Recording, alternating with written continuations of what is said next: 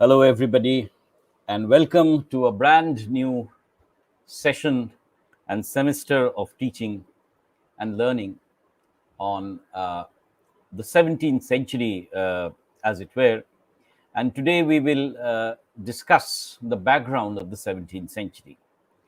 As I pointed out, uh, during this semester, I'll be looking at a number of texts, including Milton's Paradise Lost, Dryden's Original and Progress of Satire, Dryden's Macflecknoe, and of course, The Rape of the Lock by Alexander Pope. Now, you'll of course be aware that The Rape of the Lock is an 18th century text, so we'll be sort of crossing over into the 18th century somewhere during the course of the lectures. But today, our assignment is primarily to discuss the 17th century background, as it were. And therefore, to discuss the 17th century background, I would ideally like to share my screen so that you have access to whatever data I'm sharing with you. Just one small request to you. If my microphone and video are working fine, I'd request you to just post a message in the chat box so that I'm aware that all of you are sort of getting to listen to me and taking a look at the screen. Right, so let me share my screen with you.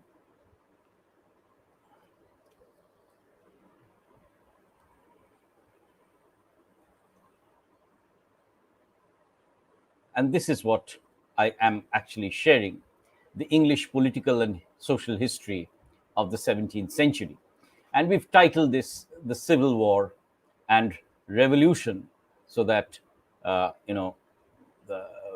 to sort of bring out the major references. Okay, thank you, everybody, for letting me know that everything is clear. Now, our story begins with 1603, really. Remember that 1600 is also the date when the East India Company has been established.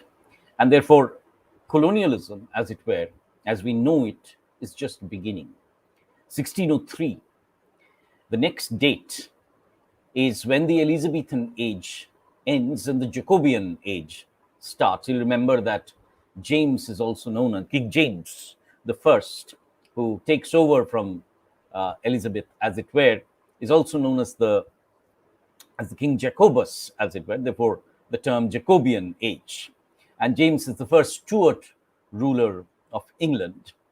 And it's interesting in the sense that Elizabeth's reign had been marked by a significant amount of stability, political expansion, and a certain amount of understanding between the Protestants and the Catholics.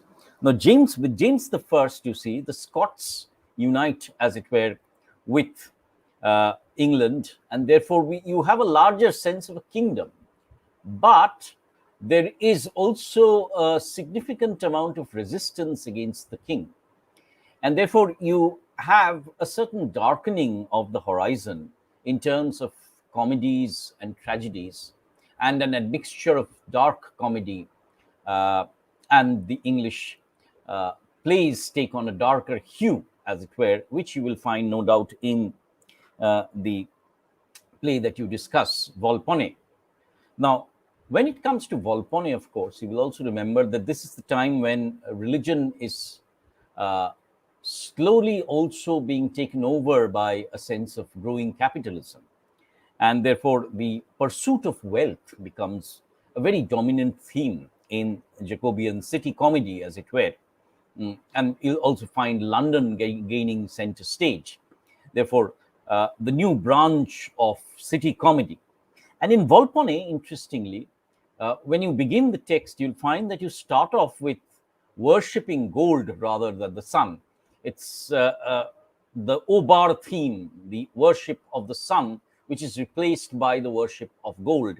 And you will find that under the onslaught of this rapid mercantile capitalist culture, all the bonds of society, be it between the father and the son, be it between the husband and the wife, the lawyer and his profession, they gradually collapse, so that the duo of Volpone and Mosca are able to manipulate it and sort of come to terms, or come to manipulate the newfound, as it were, possessive individualist spirit. So I was referring to Tony's book in the earlier class, R.H. Tony, Religion and the Rise of Capitalism. And you find how closely these three phenomena, Protestantism, capitalism, and possessive individualism, go hand in hand. So with James, what I'm arguing is that there is a certain amount of flux or change in terms of how the individual is visualized during the 17th century, and this becomes a dominant theme of many of our texts. Right. You find that England, Scotland, and Ireland are now united. But again, this is going to be a problem later on for Charles, because Scotland will actually be this epicenter through which the battle against Charles will take place. Now, it's interesting in the way that you also have in 1611 the King James's Bible being published. So the authorized version of the Bible, which we will fall back upon when we discuss Milton's Paradise Lost, of course. And in 1613, Elizabeth marries Frederick V. And this is important because from the 18th century onwards, the House of Hanover, this 1 century later on, the House of Hanover will start ruling the British kingdom. And this has continued so far. Now, 1616, 23rd April, of course, William Shakespeare dies. So it's also the date of the publication of the first folio, as it were. And therefore, it's interesting in the way that, with the Jacobean age, we are moving towards people like, of course, Shakespeare did write during the Jacobean age, but we're moving towards, Beaumont and Fletcher, tragicomedies, the new admixture of genres, as it were. 1619 is also the first record of the slaves. So in a certain sense, you can see how colonialism is leading us on towards the dark imperial practices of human trafficking. 1620, of course, the Pilgrim Fathers sailed for America in the Mayflower. So you will find that a number of discoveries, a number of journeys, and a number of practices of colonialism are starting to take shape in the early half of the 17th century. Now, this is important because when you deal with your metaphysical poetry, you will find that these new geographies, as it were, new scientific discoveries start making their way into poetry as well, right? So the Pilgrim Fathers, sort of escaping persecution in England, set off and land at Massachusetts, and therefore become the founders of modern America, as it were. Now, 1625 is the date in which interests us again, because James I dies and Charles I accedes to the throne. James still held England in a certain amount of cohesion. But from this point onwards, you see, English political society is fractured across two lines. One, the royalists, who were dominantly Catholic, and the other is the parliamentarians who are demanding that a certain amount of democracy be provided. And remember that these parliamentarians are very often merchants, rich merchants who hold the strings to the privy purses, and very often they are also Protestants. So, there are multiple fracture lines in English society. One, the king's men, Catholics, primarily nobility, the parliamentarians who are mostly Protestants, traders who hold the purses. Now, interestingly, Charles sends an English army to help the French Protestants of La Rochelle, where they are defeated, and therefore There is a certain sense of gloom and doom also happening all over England. Plus, Charles does not call Parliament between 1629 and 1642. So, a long period of British history is marked by the absence of Parliament being called, and Charles calls Parliament only when he needs money to raise money for the wars. Therefore, a friction is slowly gathering between Charles, the royalists, and the parliamentarians. And this is the context in which the English Civil War needs to be seen. You'll find that 1628, the Duke of Buckingham is assassinated, and 1629, Charles I dissolves Parliament and begins 11 years of personal rule. So, Parliament is dissolved, the king becomes almost a despotic ruler. Now, of course, during the earlier semester, you have taken a look at the theories of kingship that were circulating across England at this point of time. Now, it was believed that the king or queen, the monarch, was a person who embodied the body of God, and therefore to rebel or to commit treason against the monarch was an act of treason against God himself. But these ideas were coming apart from the late Elizabethan age onwards, and this question about the power and the extent of authority that the king wielded and the importance of democratic power, although I must remind you that democracy as we know it did not exist at that point of time. It was only the moneyed class which got its rich trading class which went into parliament. Therefore, but there was a significant clamor for the dissolving of, or let me call it the devolution of the power of the king and the importance of the power of parliament and the people. Now, when Charles dissolves parliament and begins his 11 years of personal rule, he is defying and completely denigrating that newfound understanding, and therefore the role of the king as a despot becomes more and more pronounced in public discourse. Right, so this period is known as the personal rule. Now, Charles also sort of ruffles feathers in Scotland by introducing in 1637 a new Scottish prayer book. And the Scots, of course, rise against this, seeing this as a kind of a conspiracy to sort of take away their religion, and therefore the king has lost the faith of the Scottish people. 1638, again, you see Scotland rising up to sign the National Covenant to prevent religious innovation. So, in a certain sense, Charles's enterprise is badly defeated. 1640, mark this date. So, what are you looking at? You're looking at a period where there is massive unrest within England. Now, you will remember that colonialism has taken its shape gradually. Ships are traveling all across Europe, bringing back large amounts of riches. Remember 1603, when James is ascending the throne, is also for the first time that the English arrive at Ceylon, which is now Sri Lanka.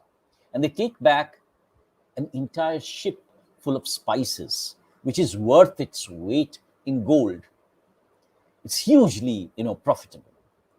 So when such a civil tension starts to take place, trade is hampered, prices go up, conflicts are started, and the whole nation simmers with political and economic tension. In between this, on the 13th of April 1640, short parliament opens at Westminster, where Charles is asking for money. And the fractious parliament, it is a huge kind of a discontent between the king and the parliamentarians, and therefore parliament is dissolved. 28th August 1640, the Scots rise up and defeats the forces of Charles I. So war, instability is on the loose. Now, again, 1640, a few months later on, Long Parliament opens at Westminster, and Charles is once again asking for money to be raised to fight his battle. But many of the members of Parliament, protest against Charles, and Charles arrests some of them. In 1642, the 4th of January, this is the breaking point for the Civil War being started. He tries to arrest 5 leading members of Parliament, and they escape. They are forewarned, they escape, and this 1642 marks the beginning of the Civil War in England. So war breaks out between the forces of the king and the forces of Parliament, and therefore Charles raises his standard or his flag at Nottingham, and he initiates a battle against Parliament. 23rd October 1642, the first major battle is fought at Edgehill in Warwickshire, and it's a protracted, long battle which ensures that it's not going to be an easy standoff between the two armies. So England is pitched into a definite and long battle and a conflict. Now, 1644, the royalist army is defeated, and is defeated on the northern fringes of England. Therefore, Charles is gradually losing power. 1645, there's a new model army, and enter into this new model army the parliamentarian Oliver Cromwell. Cromwell is going to later on be the leading face for the parliamentarians. He is going to be the leader of the parliamentary forces. 1645, Northamptonshire, the royal army is once again crushed. And 1646, so exactly almost 4 years after the starting of the Civil War, Charles I surrenders to the Scots, right? So the Civil War effectively kind of comes to an end, and 1649, it's an interesting date, remember this, that Charles the King, Charles I, the King is beheaded at Whitehall in London, right? So the King is charged with high treason, tried, found guilty, and beheaded. It sends shockwaves across the globe, really, across Europe rather, because the constitutional authority in Europe is still the King. And therefore, there's a tremendous amount of hostility against England also, which is generated. In Scotland, of course, Charles II is crowned King of Scotland, and he bargains with the Scots and becomes the king in Scotland, but he's not allowed into England, remember. And 3rd September 1651, Charles II is defeated by Oliver Cromwell when he invades England. So despite the death of Charles I, the Civil War does not come to an end. It continues. And once again, Parliament sort of wins, the parliamentary forces, and Charles flees into exile in France. Now, there are 2 things which I want you to note here. The first is that our poet, Milton, is squarely on the side of the parliamentarians. In fact, he writes a treatise about the powers of the king, about limiting the powers of the king, and about the importance of parliament. Milton is also writing about the importance of a free press. His very important treatise is about the freedom of the press. Now, point number one, therefore, when there is this battle against God, which is fought by the angels and Satan and the rebel angels, there's a kind of sympathy that works into Milton's text, which we shall take a very close look at when we do the poem in detail, Paradise Lost, Book 1. So, this concept of rebellion is an important concept during this entire period of the Civil War. You'll also read 1651 is also the date when Hobbes is writing his Leviathan. And Hobbes is squarely on the side of the king and the royalists. So he suggests that if there is no power of the king, there's no central power of the king and an absolute sovereign, then the state withdraws into complete chaos and the life of man is anarchic, brutish, and short. So you see, there are two thinkers here, one Milton and the other Hobbes, who exist on two sides of the political spectrum. Milton argues for democracy, parliament, limiting the power of the king. Hobbes argues for a fascist state and concentration of power into the hand of the sovereign, failing which the country sort of crashes into chaos. So you now know why this lecture becomes so important, why the Civil War becomes the context through which many of the prisms of the literary texts that you're studying sort of provide new kinds of nuances. This point number one. Point number two is also important in the sense that when Charles II flees from Cromwell, he flees actually to France. And in France, he lives a life of exile and leisure. The French court is practicing a kind of erotic courtly comedy, which Charles II is going to bring back to England when he comes back in 1660. Therefore, what happens is that a French influenced comic tragic mode will become the mode of literature in 1660, and this we will know as Restoration comedy, of which the grand example would be The Way of the World by William Congreve. So you see, mobilities in terms of politics, economics, start generating mobilities in literature and literary forms.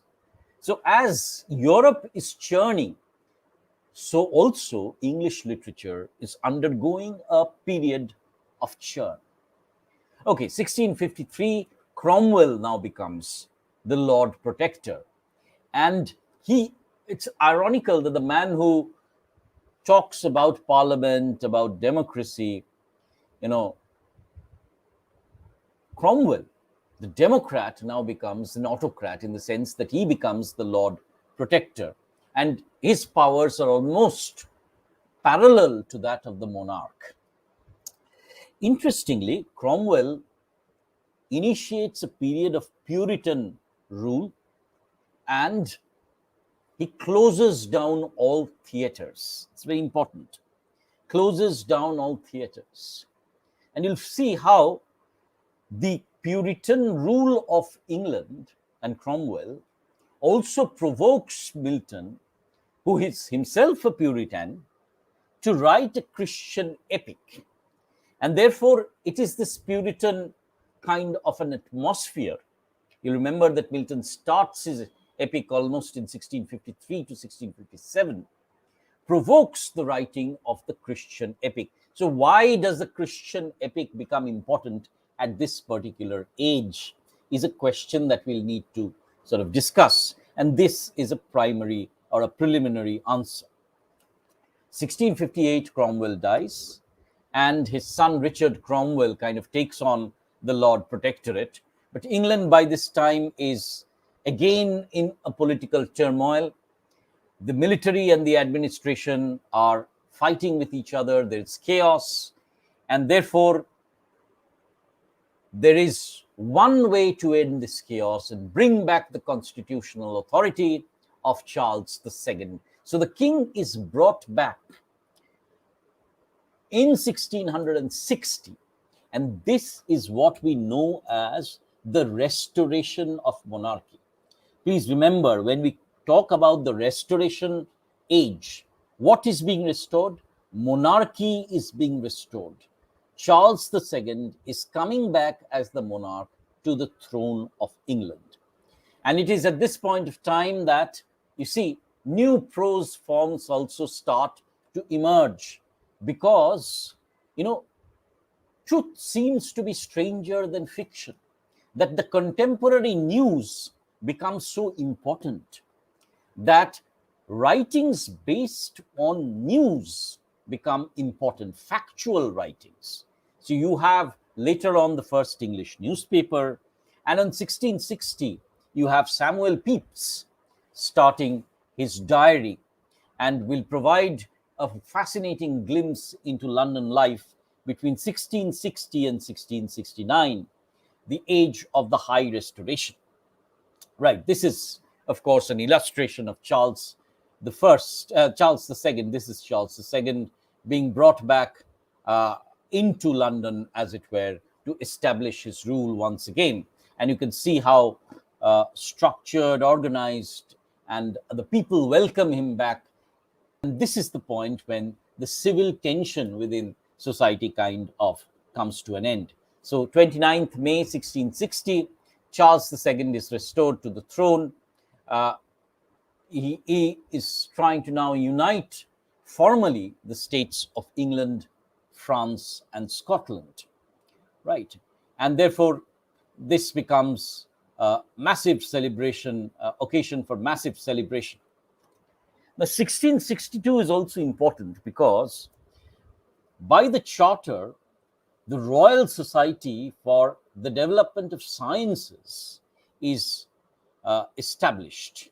And this is important because of the rise of another gentleman whom all of you know and have studied in your physics books, Sir Isaac Newton, and his very famous tract called Principia Mathematica.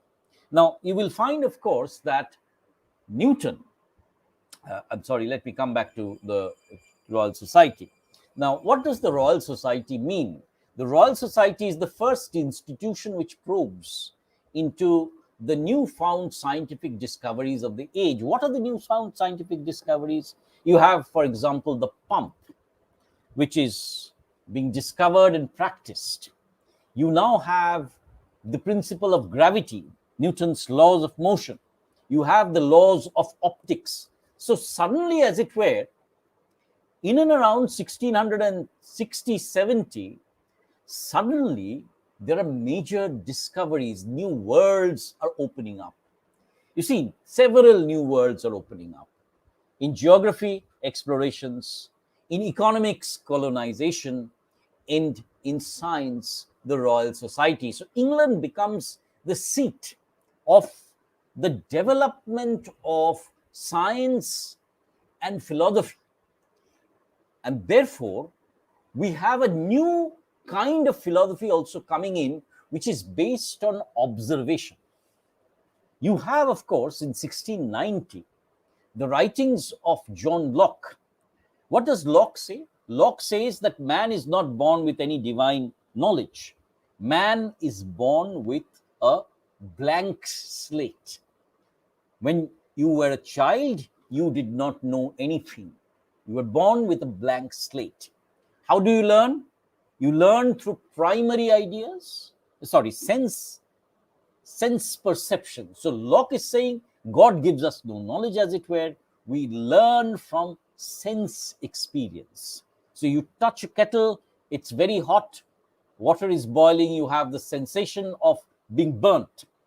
Then this gives rise to primary ideas. primary idea of heat. Then this gives rise to secondary idea, the secondary idea that, heat is produced by fire, and so on and so forth. This process is known as inductive reasoning based on sense perception. So, you see, quotidian or daily earthly experience becomes the source of all knowledge. So, there is nothing beyond sense perception, and that is the foundation of modern science, as it were. Also important, the Royal Society asks writers to practice a stark, naked way of prose.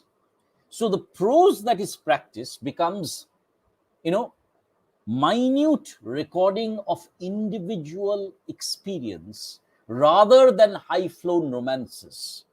And this is going to give rise to several new forms, like the newspaper journalism, periodical journalism, diary writing, biographies, autobiographies, and finally also the record of contemporary life in the novel. So you see how a change in perception in science and philosophy is provoking a new kind of literary form. That was the Royal Society and the importance of science and rationality within the new structure of ideas. 1665 is, of course, remember, Charles is on the throne, Charles II. England faces the worst case of plague ever, right? The plague, of course, was known as the Black Death and was there from the Middle Ages. But in 1665, the plague that breaks out kind of wipes away 1/3 of London, and people die on the streets. So scores and thousands of people actually flee London, right? A quarter of the capital's inhabitants, so 25% of the people, are dead. Now, 1666, immediately after the plague, you have the Great Fire of London, which destroys 1/3 of London altogether. Now, London at this point of time is a very dingy, cluttered kind of a place. And with the fire of London destroying 1/3 of the city, you actually have, the blueprint for a new kind of a cleaner, spacier London, which is designed by Sir Christopher Wren. So much of the modern city is rebuilt. So you have a loss of population. You also have a rebuilding of the city. But by this time, London, because of English colonialism, is rampantly becoming the epicenter of world trade. So England is now the primary European power in Europe. So those are pictures, of course, that you see of the Great Fire of London. And you see how the Great Fire of London was sort of tried to be put out by breaking houses and so on. 1670 is the publication of a very important tract by René Descartes. René Descartes, whom you know for your graph papers, the Cartesian coordinates the x-axis and the y-axis. But Descartes makes a very interesting statement in Discourse and Method. He says, dubito et, I doubt, therefore I think, cogito ergo sum, I think, therefore I am. What is Descartes saying? Descartes is not saying, I exist because I physically exist. He's saying, I exist because I think. So Descartes is prioritizing the cogito, or the rationalist ability, prior to the physical. So you see, there's a disjunction between the mind and the body, and the mind is put over the body and made more primary. Right, so this is the contribution of Descartes. So you are ushering in 1670 is Descartes, 1690 is Locke. So between Locke and Descartes, what is being ushered in is a new age of rationality. Right. Now, 1672, of course, colonialism is going on in full force, and the Royal African Company is established to regulate the African slave trade. Now, remember that if England is moving towards rationality, liberty on the one hand, it is practicing utter and ruthless despotic colonial rule on Africa, Asia, and so on and so forth. Now, 1673 is interesting because Catholics are excluded from public office, and they're very often not forced out of London. And therefore, Alexander Pope, the Catholic, is forced out of London to live in Twickenham. And Catholics like Pope are excluded from office. This is the Royal Observatory at Greenwich, 1675, the system of rationalizing time. But importantly, I've been to Greenwich, and if you look out from the hill top where it's situated, you will find this is the harbor where you find England and Thames becoming a very important, London becoming the port where it's the destination of the world, as it were, in terms of trade and commerce. So England is becoming the primary trading center of the globe. Now, 1677, Mary Stuart, Charles's niece, marries the Dutch Protestant prince William of Orange from the Netherlands, the Dutch, right? And you remember that that at this point of time, Europe is divided into two camps. You have Spain, you have France, Portugal, which are the primary Catholic powers. You have England and Holland or Netherlands, who are primarily Protestant powers. So Mary Stuart marrying William of Orange sort of provides a kind of a bloodline of the Protestant rule into England. And 1685, you see, Charles II dies, James II comes to the throne. James is a Catholic, he's mistrusted by the people, and the Protestants sort of seek an alternative person on the throne. And 1688, James II has a son, and the Protestants say, we are not going to accept him as the king. 1688, remember, 5th of November, so almost around the horizon, William of Orange lands with an army at Torbay, and the Protestants seize power, as it were. And from this point onwards, there's no more civil strife. England becomes a dominantly Protestant Anglican country, and William and Mary are formally proclaimed king and queen. And later on, it is this Protestant tradition which is going to go on in England, and ultimately, as it were, peace is established. But very importantly, you see, 1688 is also known as the Glorious Revolution and the Bloodless Revolution, because there's no bloodshed, there's no warfare. Secondly, you also have, as it were, the Charter of Rights, where there is a clear distinction between the role of Parliament and that of the king, and the role of Parliament becomes more important. So England is, for the first time, actually providing a democratic polity, and this becomes the source of great inspiration for Europe.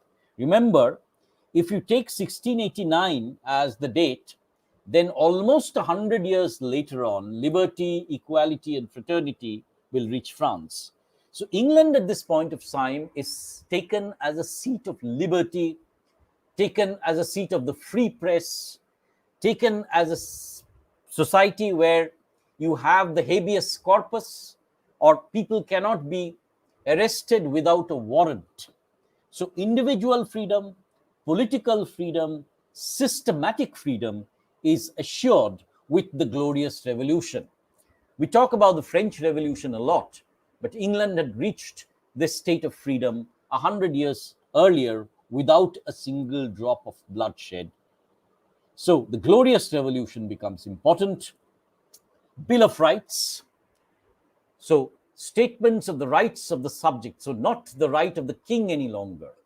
In democratic England, the Bill of Rights ensures the fundamental right of the individual and the subject represented by Parliament. So, the power of Parliament is also established in the Bill of Rights, and therefore, this remains one of the major documents of the Constitution.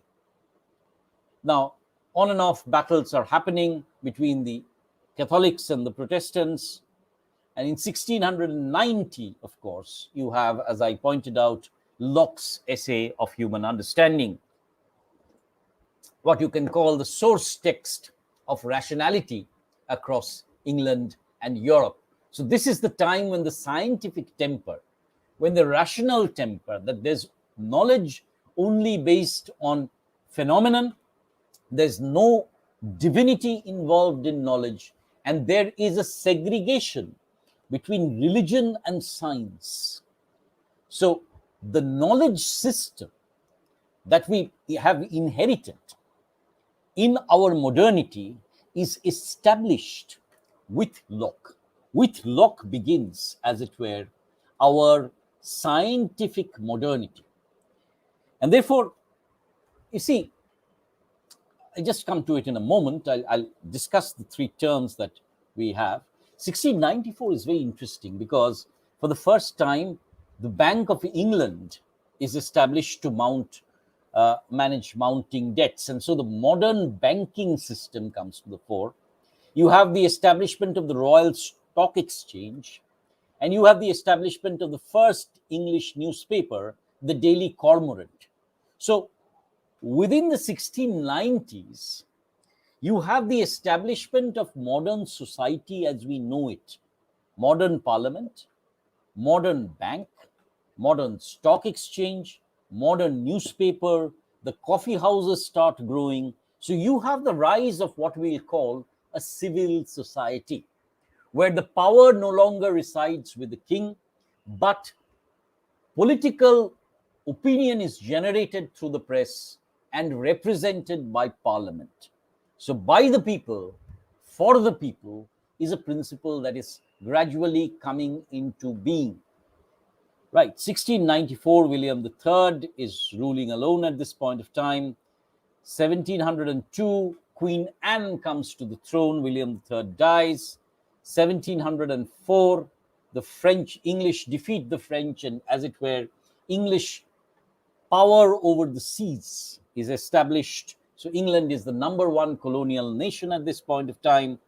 Very important, 1707 Act of Union of England and Scotland is ratified. So now you have the concept of a Greater Britain. You do not have only England, but you know what is now known as Great Britain, right? Which comprises of part of Ireland, Scotland, England, and the Wales, right? And in 1713, Europe's war is ended with the Treaty of Utrecht. 1714, George I accedes to the throne. This is the rise of the German dynasty, the Hanoverian dynasty in England. 1712 is when Rape of the Lock is published by Alexander Pope. England is the number one colonial power, and therefore, you now have an age of peace and prosperity. You now have an age of rampant colonialism, the beginnings of industry, and which will sort of widen in. In 1765, you'll have the steam engine, and then you will later on have the industrial revolution. So that then, young friends, is a history of this period between 1603 to 1707, really, when, from the fracture of the Civil War, we are moving towards an age of peace, prosperity, and stability. Now, how do you classify this age? The period between 1625 and 1660, we will definitely classify as the age of civil war. Right, it is marked by strife. It is marked by revolution. It is marked by significant amount of political tension. It's marked by a puritanical, autocratic banning of the stage. Literature becomes puritanical. Milton writes his epic, although it's published in 1667. So 1600 till 1659, 1660, from 1625 we'll classify as the age of civil war and revolution. 1660, the age of restoration of monarchy. This will go on till the 1688s, when you have the Glorious Revolution. Now, interestingly, these are the political labels, as it were. But if you look at the intellectual labels, what are the intellectual labels ascribed to the age beyond 1660? Well, 1625 to 1660 is the age of revolution, is the age of civil war. But from 1660 onwards, what we are witnessing is a new discovery in science, rationality, modernity. So this has also been known as the age of Enlightenment, right? The term Enlightenment, of course, comes from the German Aufklärung, which was offered by Immanuel Kant in an essay in 1800, right? Now, Immanuel Kant, while defining the Enlightenment, talked about enlightenment as freedom from dogma. So established ideas, you are free from dogma through the Enlightenment. And he says it's a public use of reason, not individual use of reason, but the entire people at large free themselves from dogma and exercise a public use of reason. That is what is meant by the Enlightenment. Now, what does Kant say are the features of enlightenment? Rational thinking, scientific progress, democracy and representational monarchy, equality, liberty. So political freedom, intellectual freedom, and of course also free trade and commerce, right, which would be later on articulated by an economist called Adam Smith. So you have three kinds of freedom: philosophical freedom, you have political freedom, you have economic freedom, you have the freedom of thought. This is what is marked by the age of enlightenment. Now, alternatively, this age would also be known as the age of prose and reason, because prose flourishes, reason flourishes. But also, at the same time, remember that there's a lot of satire being written. What satire is and why it is being written, I will discuss a little later on in our next class. But let it suffice to say that satire is critical literature, which therefore wants to set a kind of pattern of behavior or pattern of thought. So satire kind of tries to reform society, right? So it's an age of prose and reason is another definition that is offered.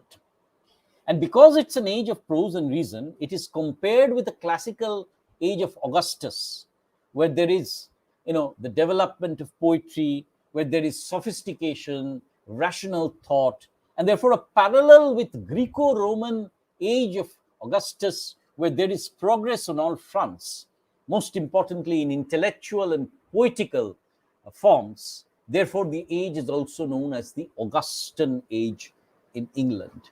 So we have three definitions. One which is marked by prose and reason. But of course, there's also poetry, so this is inadequate.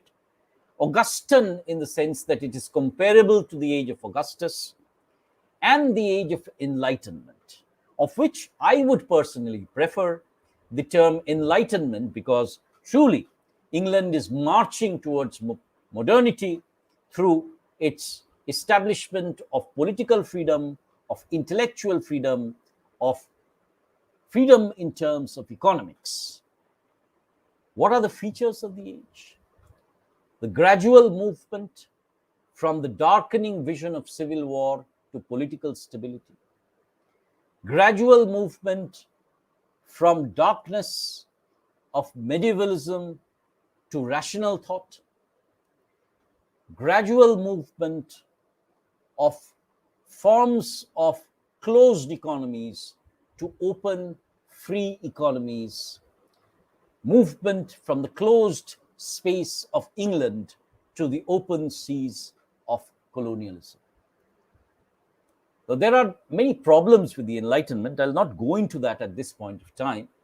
But what I've tried to map out today before you is a picture or a kind of an idea, a broad span of 100 years compressed into the matter of an hour, to give you an idea how England moved through several stages throughout the century, right? How it moved from, political instability to political stability, how it moved in intellectual thought, and how, poetry, literature was shaped, as it were, by these fluxes. Now, this is a discussion that I'll be carrying on in the subsequent classes. But let me now take your questions. I see Shomiron has put the first question. The Royal African Company is established to regulate the African slave trade. Now, you'll see that, human trafficking as a form, as you see, plantations, England is gradually establishing its territory. You need hard labor now.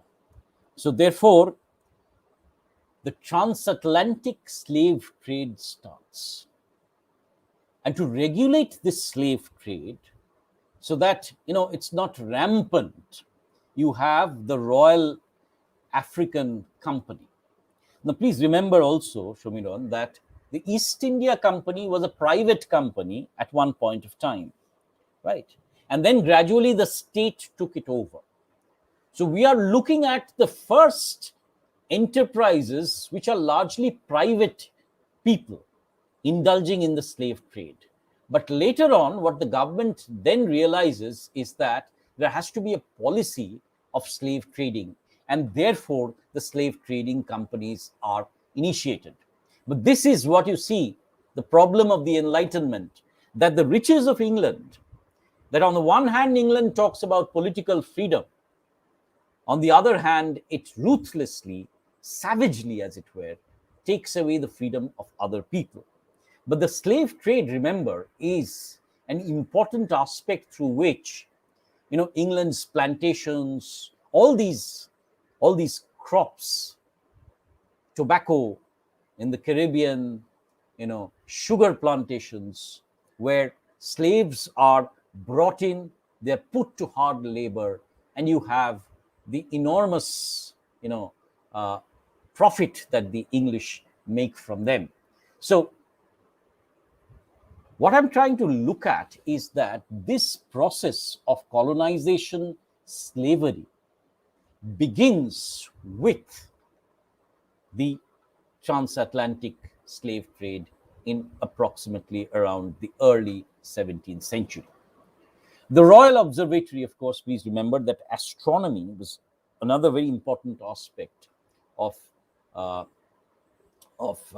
the Enlightenment. Therefore, map making, astronomy, guiding of ships are very important aspects of the Royal Observatory. The Greenwich Museum, should you have the chance to go there later on, will become, is a repository of the voyages that England is making at this point of time. So the observatory is an astronomical center. It is also, as it were, a kind of a center, epicenter from which English colonial map making observations start.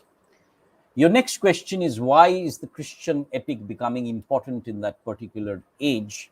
Well, of course, you see, with Puritanism, explaining the ways of God to man and the gradual importance of religion in everyday affairs, poetry also takes on, a kind of a religious bias, as it were. And it is largely in this atmosphere of Puritanism that the Christian epic becomes possible. Because this is the only period, I guess, where Christianity will sort of, a certain form of Christianity will take on such a powerful effect in the overall management of society. Remember 1660, when Charles II comes back, all the theaters are reopened, and there's a rebound, there's a licentious, erotic kind of drama in Restoration comedy. So the puritanical age dissolves, and you have a new libertine kind of a literature. Right. So I think those are the questions. If there are other questions, of course, hold them in your reserve, and we shall take them up in our next class, which will be tomorrow, and where I shall discuss the rise of satire in the 18th century. Now, please remember that we will probably be simultaneously doing Paradise Lost and Dryden's poetry, so that we get a kind of an idea of the multiple forces that were at work during this particular age. Right then, if there are no further questions, I will then call it quits today. And tomorrow at 9:30 a.m., we come back and discuss what is satire and why does it become such an important phenomenon during the 18th century, during the late 17th and early 18th centuries.